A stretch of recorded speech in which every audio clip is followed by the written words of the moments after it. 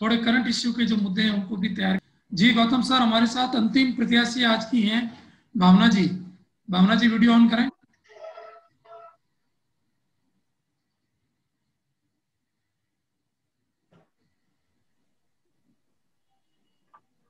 नमस्ते sir. Hello, good evening. नमस्ते sir, good evening sir. आपसे पहले डिस्कशन हो चुका है? जी सर, एक बार हुआ था। Good good good good.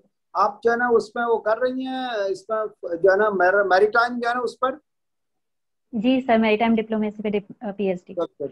तो मैंने आपके पॉइंट ऑफ व्यू से ही कुछ क्वेश्चन आपके लिए जो है ना सोच रखे हैं, तो मैं उसी के लिए जो है ना तैयारी, मतलब आप, मैंने कहा कि आपकी तैयारी बहुत अच्छी है। और आप कब है आपका इंटरव्यू? सर 7 अप्रैल, 7 अप्रैल, 7 अच्छा, अप्रैल, गुड गुड 7 गुड अप्रैल। गुड। अच्छा, एक बात बताइए कि इन दोनों में भारत और यूएस के मतलब नजदीक आने के क्या कारण है? आप क्या समझते हैं इसके पीछे, क्यों मतलब ये दोनों देश एक दूसरे के नजदीक आ रहे हैं? सर अंतर्राष्ट्रीय पृष्ठ पर अगर हम देखें तो जो चाइना है वो वर्ल्ड पावर बनने की रेस में बहुत मेहनत कर रहा है।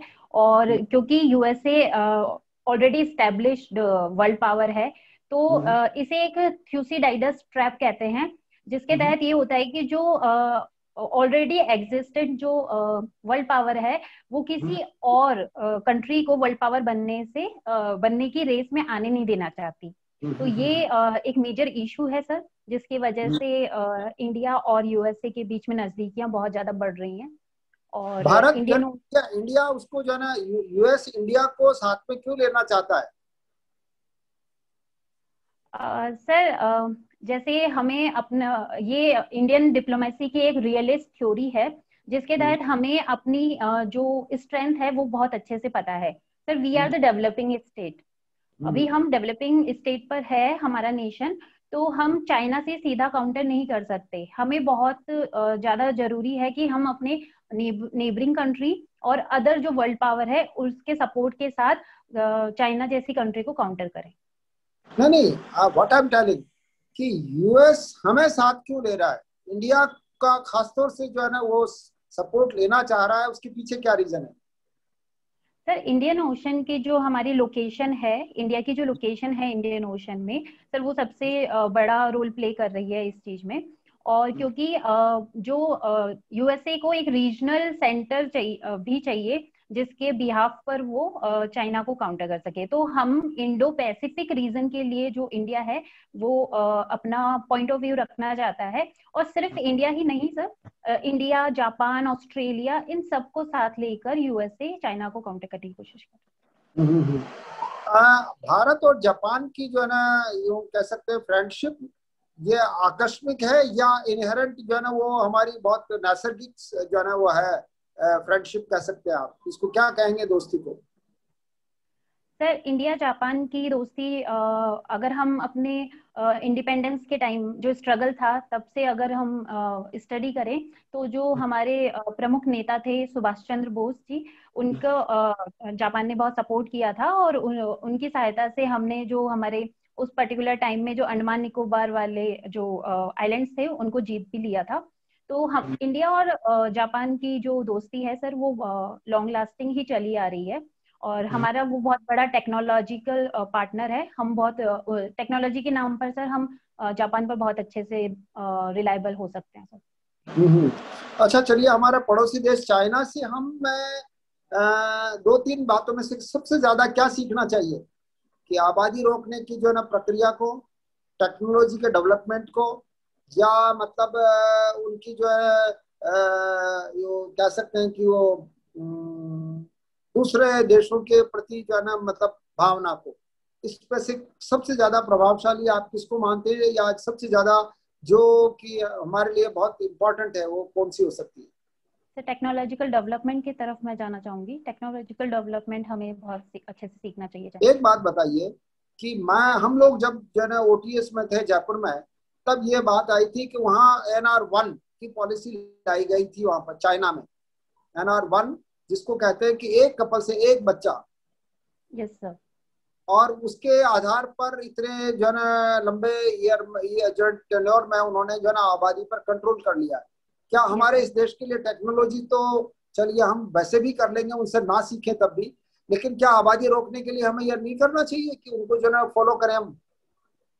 सर चाइना की जो पॉलिसी थी, वन चाइल्ड पॉलिसी, उसका शॉर्ट टर्म गोल तो उन्होंने रीच आउट कर लिया था सर, उनकी पॉपुलेशन कंट्रोल हो गई। लेकिन आज की तारीख में जो लॉन्ग टर्म हम अगर उसका इफेक्ट देखते हैं तो हम देखते हैं कि उनकी बहुत ज्यादा पॉपुलेशन, अगर हम कंपेयर करें रेशियो वाइज देखें, जो यंग चाइनीज और जो ओल्ड चाइनीज है, तो सर ओल्ड चाइनीज जो लोग हैं उनका रेशियो ज्यादा आता है।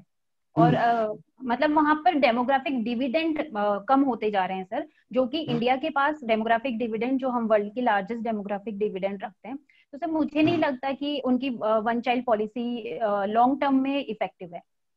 अच्छा चलिए, आपकी बात से मैं सहमत हो सकता हूँ थोड़ी देर के लिए, लेकिन आप ये बताइए कि हमारा कंट्री चाइना के कंपैरिजन में छोटा है, हमारी पॉपुलेशन, हमारी रिसोर्सेस लिमिटेड है उनके कंपैरिजन में, फिर हम जो है ना अगर हमारी पॉलिसीज को, अगर इसको जो है चाइना क्या कहते हैं आबादी को या जनसंख्या को अगर हम ना रख पाए तो हमारी क्या पोजीशन होगी कि ना कि पानी मिलेगा, आप रहने की जो है ना जगह नहीं मिलेगी, न ट्रांसपोर्टेशन की जगह होगी, फिर आप हाउ यू जो है ना ये टेक्नोलॉजी को लेकर क्या कर लोगे आप? सर मैं इस बारे में ये कहना चाहूंगी कि हमें वन चाइल्ड पॉलिसी की तरफ तो नहीं, लेकिन जो हमने ऑलरेडी अडॉप्ट कर रखी है टू चाइल्ड पॉलिसी, उसको अच्छी तरीके से इम्प्लीमेंट करना चाहिए। वो सिर्फ जो अभी तक हमने सिर्फ सरकारी नौकरी में जो आते हैं लोग उनके लिए ही क्या कहते हैं कि जरूरी कर रखा है, ऐसा ना करके हम सभी लोगों के लिए जरूरी कर देना चाहिए, ताकि सर हम टू चाइल्ड पॉलिसी पर रहकर अपने जो डेमोग्राफिक डिविडेंड को भी सक्सेसफुल रख पाएंगे और सॉल्यूशन भी हो पाएगा। एक्चुअली क्या हमारी जो है ना पॉपुलेशन कंट्रोल की जो पॉलिसीज हैं वो बहुत इफेक्टिव नहीं है, इफेक्टिव नहीं मानता मैं, और ना गवर्नमेंट मानती है ना लोग, बहुत सारे लोग जो ना आपके यहाँ के जो इंडिया के बहुत सारे लिटरेट या जो ना एकेडमिशियन ये मानते हैं कि हमारी जो है इस पर कंट्रोल होना चाहिए। ये बहुत दिनों से जो है ना चल रहा है चर्चा में, तो इसको जो है ना मतलब आप सोचना कि अगर आपसे वैसे तो इस तरह के क्वेश्चन पूछे नहीं जाएंगे, आपको जनरल क्वेश्चन पूछेंगे, लेकिन आपकी फॉरेन अफेयर वो जो ना आपका जो ना वो जो है ना व्हाट डू से आपका जो उसका पीएचडी का जो उसको देखते हुए आपसे हो सकता है कि क्वेश्चन इस तरह के क्वेश्चन आपसे पूछा जा सकता है। क्या भारत में चीन की नीति यहाँ पर, अगर मान लीजिए एक मिनट के लिए कि हमने आप जैसे एक मिनट के लिए मेरी बात को स्वीकार कर लिया और चाइना की NR1 पॉलिसी लागू हो सकती है क्या कभी? चाइना की पॉलिसी NR1 यहाँ इम्प्लीमेंट कर सकते हैं क्या इंडिया में हम? सर काफी मेहनत की जरूरत होगी, इम्प्लीमेंट तो हो सकती है। नहीं हो सकती, क्योंकि इसलिए नहीं हो सकती कि मैं इसका जवाब साथ में इसीलिए दे रहा हूँ कि ये इसलिए नहीं हो सकता है कि यहाँ चाइना एक जो है वो कम्युनिस्ट कंट्री है और हमारा डेमोक्रेटिक कंट्री है, और हमारे यहाँ पर कितनी सारी पार्टियां हैं, कितने सारी जो है ग्रुप्स है, कितनी सारी जो है ना वो भाषाएं हैं, कितनी सारी लैंग्वेजेज है, कितनी सारी रीजन्स है, तो उसमें से कुछ लोग जो है इसका तगड़ा विरोध करेंगे, इसलिए इमीडिएटली वो नहीं हो सकता। वो ये हो सकता है कि भारत सरकार जो है ना वो सुप्रीम कोर्ट की नीति जो है ना वो उसके डायरेक्शन के आधार पर कुछ जो है ना पॉलिसीज बनाकर रखे और उसके आधार पर इसको इम्प्लीमेंट करे, तो वो तो पॉसिबल है। लेकिन हमारी भारत सरकार स्वयं चाहे कि इस तरह की कोई कानून बना के, तो वो पॉसिबल नहीं होगा। लेकिन इसका मीडियम यूं कह सकते हैं मध्यम मार्ग या मिडिल पाथ जो है इसका अपनाना पड़ेगा। एक जो है ना आप विदेश मंत्रालय में देश के लिए क्या करना चाहे, अगर विदेश मंत्रालय में आपको लगा दिया जाता है देन आप क्या करना चाहेंगे उस समय?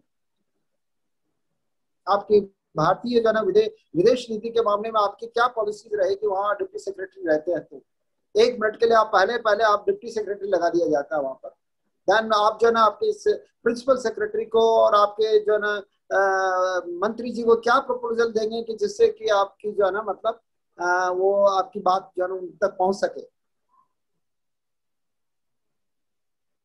सर मैं इस पर अपने एफर्ट करूंगी कि एक तो हिंदी भाषा को अंतर्राष्ट्रीय ख्याति प्राप्त एक पद मिल सके, जो यूनाइटेड नेशन में 6 ऑलरेडी जो उनकी भाषाएं उन्होंने ली है उसमें हिंदी को भी हम जोड़ सके, क्योंकि हिंदी काफी लार्ज पॉपुलेशन सिर्फ मतलब इंडिया में ही नहीं और अदर कंट्रीज में भी बोली जाती है, तो हिंदी को मैं आगे लेके जाना चाहूंगी। आपके जीवन और का सर क्या लक्ष्य है खासतौर से? अभी आप क्या सोचते हैं कि मुझे क्या करना है लाइफ का? सर मैं एजुकेशन फील्ड में जो गरीब बच्चे हैं उनका एम्पावरमेंट करना चाहती हूँ, ताकि वो खुद पढ़े और अपने अपना जो एजुकेशन लेने के बाद अपनी फैमिली का एम्पावरमेंट कर सके सर। जी सर। और क्योंकि एजुकेशन को ही मैं पावर्टी का सॉल्यूशन मानती हूँ सर, तो एजुकेशन भावना प्रोवाइड जी, करके हम बहुत सारी चीजों का सॉल्यूशन कर सकते हैं सर। भावना जी, आपका जो है ना प्रेजेंटेशन मुझे बहुत अच्छा लगा, और सबसे बड़ी बात है कि आपका जो है ना ड्रेसिंग, आप जो है ना उस दिन के कंपैरिजन में आप या आप ज्यादा आप स्मार्ट लग रही हैं आज। And thank you. ज्यादा मतलब एक दूसरे को, एक्चुअली क्या होता है कि आदमी सामने वाले बैठे हुए हैं उसको किस तरह से प्रभावित कर पाते हैं, तो ये आपका जो है ना आपका ड्रेस सब जो है ना आज का है, उसी तरह की फॉलो करना आप वहां पर। उस ओके दिन सर, की जो है थैंक ना यू। वो आपको सूट नहीं करता, वो उस दिन की ड्रेस मैं नहीं कहना चाह रहा था उस दिन भी, लेकिन मैंने आज कह दिया क्योंकि वो आपके लिए ज्यादा सूट कर रहा है, तो इसलिए आप जो नहीं है आपको इम्पैक्ट डालेगा आपकी अच्छे पर्सनालिटी पर। दूसरी बात यह है कि आपने जो भी ऑलमोस्ट जो है ना आपसे डिस्कशन हुआ है अच्छा हुआ है, और आप आई wish for the best, wish you best of luck. And आप कब बता रहे थे आप? 7 अप्रैल सर। 7 7 अप्रैल को। अप्रैल जी sir. I wish for the best, and मैं डेफिनेटली सोचता हूँ कि आप अच्छी जो है ना आपको प्रोफाइल, आपको जो है ना अच्छा जॉब मिलेगा, अच्छी जो है ना सर्विसेज आपको मिलेगी।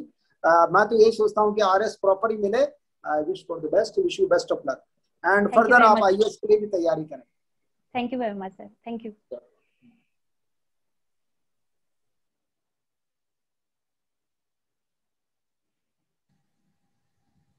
जी जी भावना जी, सुन पा रहे हैं आप? जी सर, नमस्ते सर। नमस्ते। आप जयपुर से हैं क्या? जी सर, मैं जयपुर से हूँ। चलिए, जयपुर से कुछ प्रश्न। जयपुर को पिंक सिटी कहा जाता है, जी सर। लेकिन वहां का कलर आप देखिए पिंक नहीं है। जी सर। ठीक है, गेरुआ कलर। ठीक जी है, तो सर। ये पहली बात तो ये पिंक सिटी, मान लीजिए गेरुआ भी है तो पिंक ही क्यों, कोई दूसरा कलर क्यों नहीं? सर जब 1876 में हमारे यहाँ आमेर के जो जयपुर के जो राजा थे सवाई राम सिंह जी, उन्होंने जब प्रिंस ऑफ वेल्स आए थे, अल्बर्ट, मैं नाम शायद रिकॉल नहीं कर पा रही, वो आए थे, तो उनके स्वागत के तौर पर सारे जयपुर शहर को गेरुआ कलर से रंगवाया था सर। इसके तहत हम एक अपनी हॉस्पिटैलिटी दिखा रहे थे, उनका स्वागत कर रहे थे सर। जब इन्होंने प्रिंस ऑफ वेल्स ने इस कलर को देखा, पूरी बिल्डिंग्स को इसमें रंगे हुए, तो उनके मुंह से एक नाम निकला, पिंक सिटी। तो सर उसी से ये पिंक सिटी का नाम फेमस हो गया सर। अच्छा, तो पिंक इनका फेवरेट कलर था क्या, अल्बर्ट का, प्रिंस? सर इसके बारे में जानकारी नहीं है सर। चलिए, तो ये इतना सारा कलर लाया कहाँ से गया, ये आप बता सकते हैं? सर गेरुआ कलर सर बनाया जाता है, इतना मुझे पता है, पर कैसे बनाया जाता है इसकी पूरी जानकारी नहीं है सर, सॉरी सर।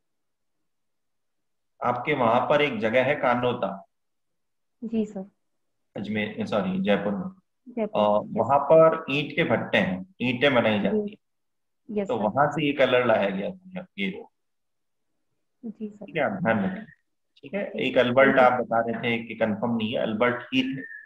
ठीक है, जी एक आपकी इंडिया का पेरिस कहा जाता है इसको, जयपुर को। जी सर। इसके पीछे क्या तर्क दे सकते हैं, क्यों कहा जाता है?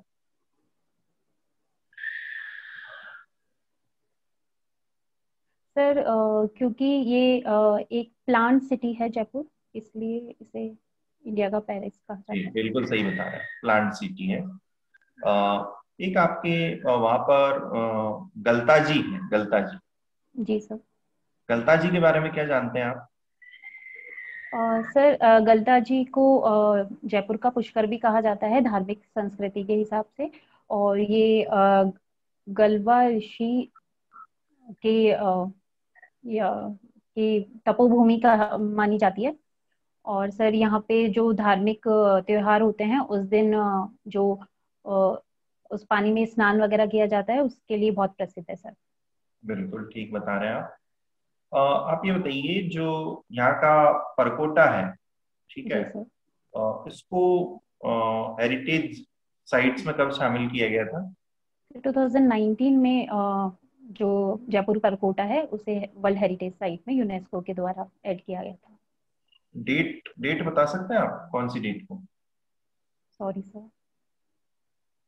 और किन किन जगहों को, जयपुर की ऐसी कौन कौन सी जगह है जिनको हेरिटेज साइट में शामिल किया गया है? सर 2013 में जो जंतर मंतर है उसे, आमेर फोर्ट को, और 2016 में आमेर फोर्ट को ऐड किया गया था। Very good. चलिए, आपके वहां पर जयपुर में आमेर में एक शिला देवी का मंदिर है। जी सर। शिला माता, उसके बारे में कुछ कथन फेमस है, क्यों वो मूर्ति कहाँ से लाई गई थी, क्यों लाई गई थी, इसके पीछे एक छोटी सी कहानी है, वो बता सकते हैं आप एक दो लाइन में? जी सर। सर जो राजा सवाई मानसिंह थे वो बंगाल में जो किसी मिशन पर थे सर, तो उनके द्वारा वहां पर वो जिस राजा से लड़ाई कर रहे थे सर, उनसे ये मूर्ति वहां पर थी और उनको ये पता चला कि वो राजा को इसलिए नहीं हरा पा रहे हैं क्योंकि ये मूर्ति उनके पास है। तब इन्होंने इस मूर्ति को वहां से लेकर उनको पहले दूसरी जगह शायद किसी पानी में डाल दिया था और फिर उनको हरा दिया, और उसके बाद ये मूर्ति वापस लेकर आए और यहाँ पर शिला माता का मंदिर में। बिल्कुल सही बता रहे हैं। आपके जयपुर में हवा महल है। जी सर। हवा महल के बारे में किसी प्रसिद्ध व्यक्ति ने कहा है कि अलादीन का जो चिराग है वो भी इससे ज्यादा कोई जगह नहीं बनवा सकता है। ठीक है, उसका जो चमत्कार है अलादीन के चिराग का, वो भी हवा महल से ज्यादा सुंदर इमारत नहीं बना सकता। ये कथन किसका है? सॉरी सर, इसकी जानकारी नहीं है। चलिए कोई बात नहीं। आप तो ये बताइए, हवा महल के जो डिजाइनर थे वो कौन थे, आर्किटेक्ट? मैं नाम तो भूल रही हूँ लेकिन उनके नाम में कहीं पे लाल था, ऐसा कुछ। जी बिल्कुल, आप लालचंद उस्ता के बारे में? जी सर, जी सर, जी लालचंद। चलिए कोई बात नहीं। हवा महल घूमने गए हैं आप? जी सर। क्या, कौन से डिजाइन है उसमें, कौन से डिजाइन? श्री कृष्ण के मुकुट की डिजाइन है सर। अच्छा, कितनी वहां पर मंजिल है, कितनी मंजिलों पे बना हुआ? सर 5 मंजिल है, 5 उनके मंजिल नाम है। बता सकते हैं आप? सॉरी सर, अभी तो याद नहीं आ पा रहे हैं। जी सर। मैं बता देता हूँ। 5 मंजिलें हैं वहां पर, और थोड़ा सा आप लोकल हैं वहां के तो पूछी जा सकती है ऐसी चीजें, बताइए सहज करने के लिए आप। ठीक है, आपको नॉलेज है, बाकी बहुत अच्छा नॉलेज है, ठीक है, लेकिन असहज करने के लिए कि आप किसी प्रश्न का उत्तर देते वक्त घबराते हैं या नहीं घबराते हैं, ये जानने के लिए बस वो आपको ये प्रश्न पूछा जा सकता है। तो जरूरी नहीं है कि सारी चीजें आपको पता हो। जो यहाँ का जो हवा महल है उसमें केतली का जो महल है ना, झुंझुनू में केतली, उसका डिजाइन थोड़ा सा देखकर उससे प्रभावित है ये हवा महल, ये आप ध्यान रखें। और ये मैं बता रहा था अभी, एक कथन बता रहा था, एडविन अर्नोल्ड नाम के कोई वास्तुकार जो थे, उन्होंने इस बारे में बात कही थी। ये एडविन अर्नोल्ड, उन्होंने कहा। एक देखिए, मैंने वो कानोता वाला आपको बता ही दिया था कि कानोता में जो ईंट के भट्टे थे वहां से ही गेरुआ कलर लाया गया और उससे रंगा गया। एक अल्बर्ट जो मैंने पूछा था कि पिंक कलर ही क्यों, तो आपको ये पता होना चाहिए कि राम सिंह जी को ये पता था कि ये जो अल्बर्ट है प्रिंस, इनका फेवरेट कलर पिंक था, तो उनको ऐसे प्रभावित करने के लिए, खुश करने के लिए इन्होंने पिंक कलर या गेरुआ कलर आप बोल सकते हैं, उससे इसको रंगवाया था। बाकी आपके जो शिला देवी वाला जो स्टोरी थी वो आपको बिल्कुल अच्छी तरह से पता है। गलता जी के बारे में और थोड़ा सा आप अपना देखें कि यहाँ पर रामानंदी संप्रदाय का जो पीठ है वो है यहाँ पर, और मंकी वैली भी कहा जाता है इसको, मंकी वैली। ठीक है, तो ये छोटी मोटी चीजें हैं, ज्यादा कुछ एक्स्ट्रा चीज नहीं पूछी। बाकी आपका जो इंडिया का पेरिस क्यों कहा जाता है, इसको बिल्कुल राइट आंसर था। और जो हेरिटेज वाला क्वेश्चन था उसमें आपके आंसर ठीक थे। तो ये छोटी मोटी लोकल जो जानकारियां हैं वो आप रखिए, बाकी ज्यादा डिटेल में मैंने आपके सब्जेक्ट से रिलेटेड कुछ ज्यादा पूछा नहीं है, वो सर पूछेंगे। शुभकामनाएं आप। Thank you sir, thank you very much.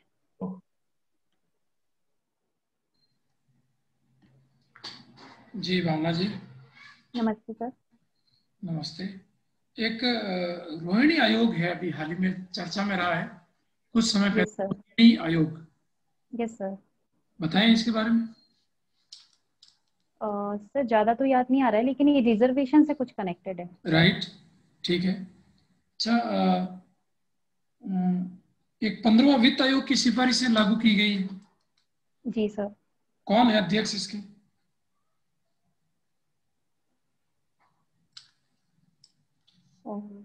प्रमुख सिफारिश बता पाएंगे आप इसकी? हाँ सर, जो इस सेंटर की तरफ से जो स्टेट को टैक्स में जो भाग दिया जाता है उसमें 41% राइट आंसर, गुड। और वित्त आयोग का आर्टिकल क्या है? Sir article 280। Right answer. अच्छा, एक पराक्रम दिवस मनाया जा रहा है अभी, पराक्रम दिवस। Yes sir. जानकारी है आपको? Sorry sir. ये सुभाष चंद्र बोस से संबंधित है, अगर आप बता पाएं। ठीक है। अच्छा, एक अभी बजट जो पेश हुआ है। जी सर। ये पेपरलेस बजट था ये। जी सर। तो किस ऐप पर इसको प्रसारित किया गया था? इसके लिए एक ऐप बनाया गया था। जी सर, एक ऐप बनाया गया था, पर मैं नाम अभी। ठीक है, ठीक है। एक क्वेश्चन और आपका कि ये संसद भवन का जो निर्माण हो रहा है किस परियोजना के तहत हो रहा है? संस्कृत भवन। संसद, पार्लियामेंट। जी सर।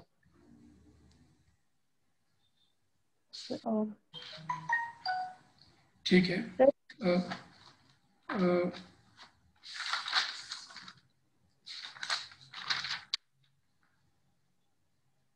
ये बजट के 6 पिलर्स क्या हैं? Sorry sir. Okay.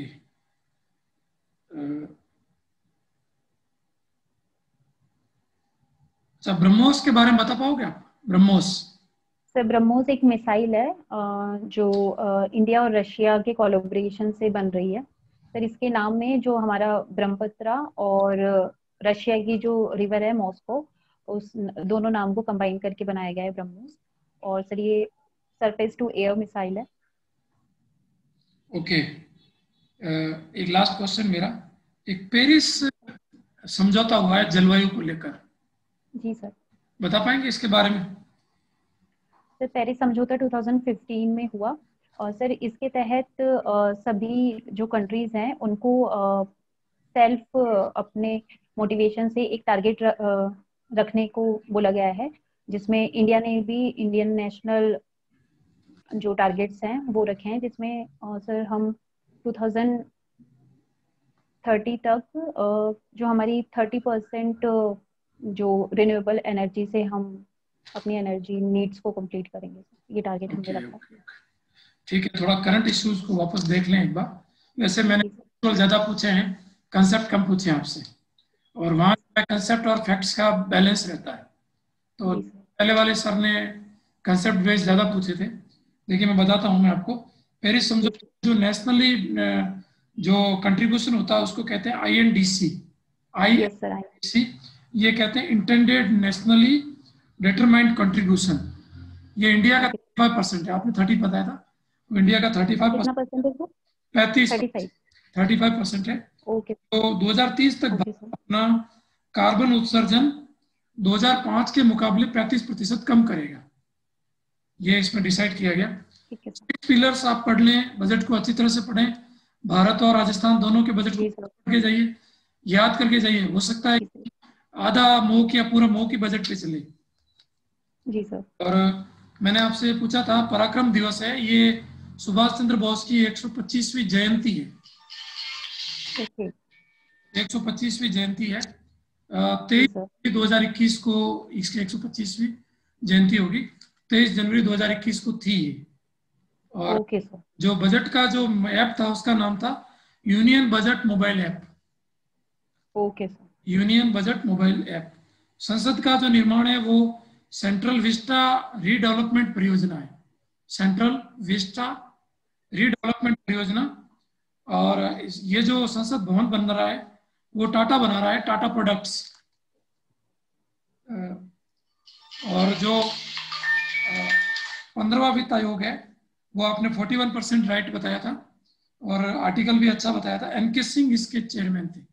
N K sir, वो उस टाइम रिकॉल नहीं कर पाई एनके। ओके। और मेरा लास्ट क्वेश्चन था आपसे कि जो शुरू में पूछा था रोहिणी आयोग, ये आपने कहा था आरक्षण से संबंधित है।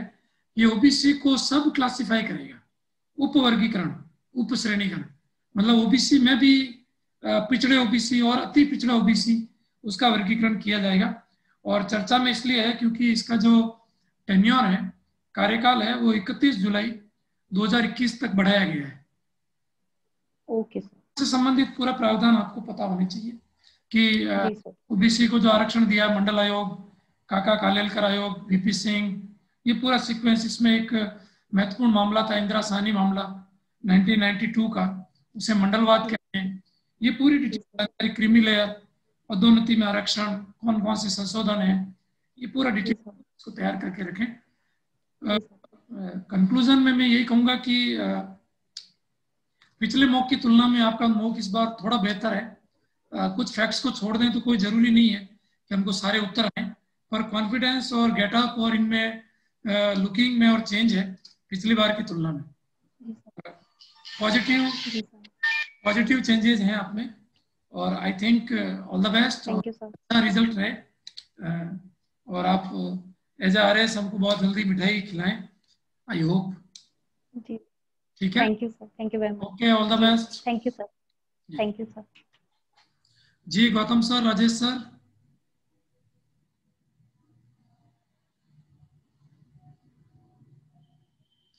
कल मिलते हैं सर, सेम टाइम।